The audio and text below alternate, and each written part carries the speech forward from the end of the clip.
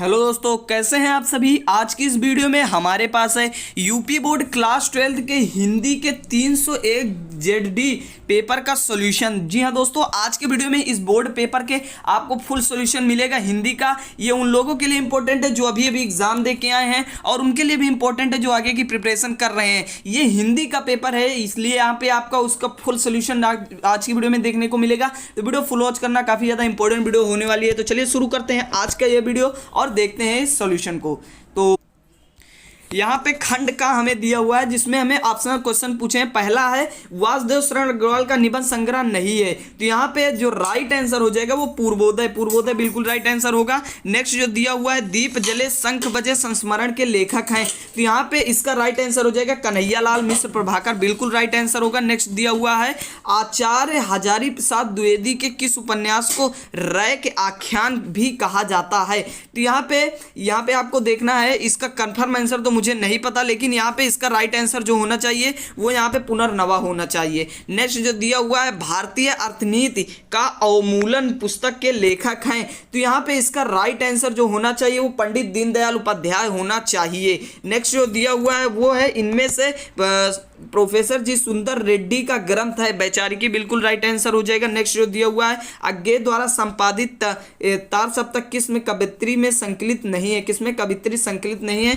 तो इसका यहाँ पे राइट आंसर तो मुझे नहीं पता, लेकिन इसका राइट आंसर जो होना चाहिए वो दूसरा होना चाहिए। ठीक है। नेक्स्ट जो दिया हुआ इनमें से भारतेंदु हरिश्चंद्र की रचना नहीं है, तो भारतेंदु हरिश्चंद्र की रचना जो नहीं है वो यहाँ पे राइट आंसर होना चाहिए कलकासी। नेक्स्ट जो दिया हुआ हरिओज जी द्वारा लिखित परिजात काव्य प्रस्तुत किया गया है, तो परिजात काव्य यहाँ पे इसका राइट आंसर जो होना चाहिए वो होना चाहिए 18वें सर्ग में।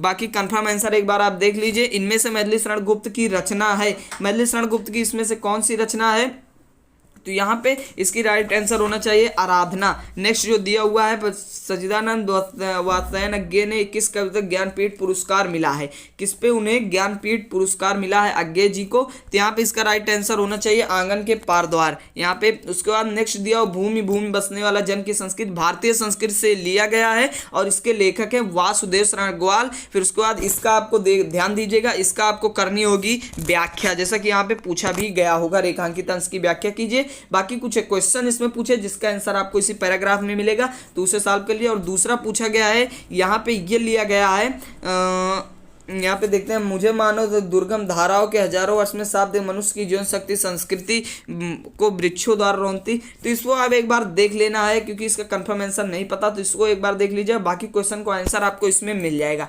नेक्स्ट जो दिया हुआ है व्यापक ब्रह्म थल तूरन हमहु पहचानत ही है नान बिहाल भारते हरिश्चंद्र न, ये भारतेंदु हरिश्चंद्र जी द्वारा लिखा गया है, तो यहाँ पे इसका आप देख लीजिए। और इसमें कुछ क्वेश्चन पूछे हैं उसको आपको लिखना है। नेक्स्ट जो दिया हुआ है मृषण गांधार देश के नील रोमरसो ढक रहे वक्त, तो ये लिया गया है श्रद्धा मनु से, श्रद्धा मनु यहाँ पे बिल्कुल राइट आंसर हो जाएगा आपका। फिर उसके बाद यहाँ पे कुछ क्वेश्चन पूछे उनका आपको आंसर देना है। फिर यहाँ पे जीवन परिचय देते हुए देखिए जीवन परिचय पूछा है, जीवन परिचय लिखना, साहित्यिक परिचय नहीं लिखना है। 80 शब्द यानी एक पेज, लगभग 1 से 1.5 पेज आप लिख दीजिए। कन्हैया लाल मिश्र प्रभाकर, पंडित दीनदयाल उपाध्याय, आचार्य हजारी प्रसाद द्विवेदी।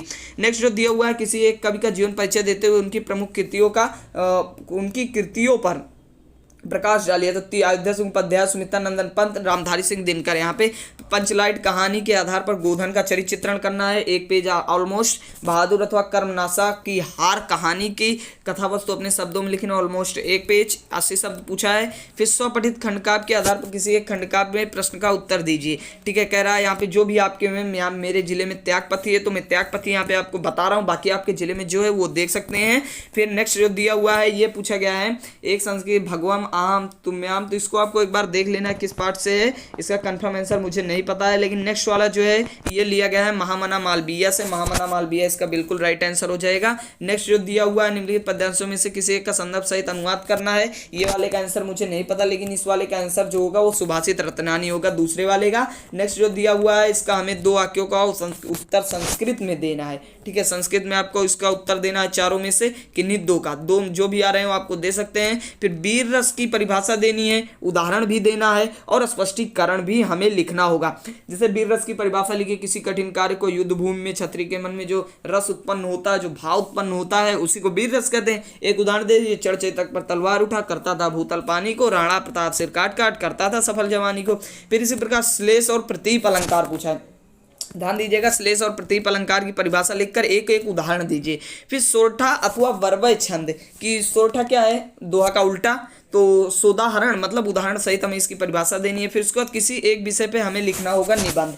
देखिए निबंध आपको भारतीय किसान की समस्याएं, प्रदूषण, पर्यावरण, कार्य निवास, मतलब वो चुनिए जो आपको अच्छे से आ रहा हो। तो इसमें किस निबंध पे आपने लिखा है, आपको कमेंट बॉक्स में बताना है किस निबंध को आपने अच्छे से लिखा हुआ है। फिर नेक्स्ट पूछा गया नैनम का सही संधि विच्छेद है, ने धन अनम, यहाँ पे ने धन अनम दूसरा बिल्कुल राइट आंसर हो जाएगा। सत्कारा सत धन आकारा, यहाँ पे सत धन कारा या सत्कारा यहाँ पे बिल्कुल राइट आंसर होना चाहिए। कंफर्म नहीं पता लेकिन सत्कारा या सत्कारा में कोई होना चाहिए।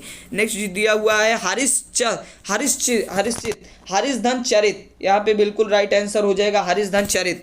तो यहाँ पे नेक्स्ट दिया हुआ है आसमुद्रम में कौन सा समास है, आसमुद्रम, तो यहाँ पे आपको इसको लिखना है। फिर उसके बाद महाजना, महान है जो जन, यहाँ पे कर्मधारय होगा, यहाँ पे बिल्कुल राइट आंसर। नेक्स्ट दिया हुआ आत्मन रूप है आत्मन शब्द का, तो मतलब आत्मना, आत्मना, तो यहाँ पे इसका जो राइट आंसर होना चाहिए वो पंचमी विभक्ति एक वचन होना चाहिए। नेक्स्ट जो दिया हुआ है वो है नामसु, नामसु कौन सा यहाँ पे है, तो नामसु सप्तमी विभक्ति बहुवचन, बिल्कुल राइट आंसर यहाँ पे हो जाएगा। फिर पेवेम या नयेतम का किस धातु है, वचन का रूप है, प्रेषिता शब्द का सब प्रत्यय है, फिर यहाँ पे प्रेषिता, तो कौन सा प्रत्यय इसमें लगा है आपको बताना है। फिर उसके बाद बुद्धिमान शब्द में कौन सा प्रत्यय आपको बताना है। फिर रेखांकित अंश में से किसी एक पद पर विभक्ति तथा संबंधित नियम का हमें उल्लेख करना है। रमा विद्यालयम प्रति यादि प्रजाभ्या स्वायति, मतलब इस प्रकार आपको लिखना है, संबंधित नियम भी लिखना होगा, 2 नंबर इस पे आपको मिलेगा। फिर यहाँ पे पूछ रहा है किन्हीं 2 वाक्यों का हमें करना होगा संस्कृत में अनुवाद। देखिए मैं विद्यालय नहीं जाऊंगा, तुम्हारे पिताजी क्या करते हैं, तो इस प्रकार आपको कोई 2 जो भी आ रहा हो अच्छे से वही कीजिए ताकि आपका हो जाए। तो बस दोस्तों आज के पेपर में इतना ही था। पेपर कैसा लगा कमेंट बॉक्स में बताना, और पसंद आए तो लाइक करना, चैनल को सब्सक्राइब करना। मिलते हैं इसकी नेक्स्ट वीडियो में एक नए टॉपिक के साथ, और आपकी पेपर की तैयारी इसी चैनल पर होती है तो चैनल को सब्सक्राइब जरूर कर लीजिएगा। चलिए मिलते हैं इसकी नेक्स्ट वीडियो में, तब तक के लिए बाय बाय।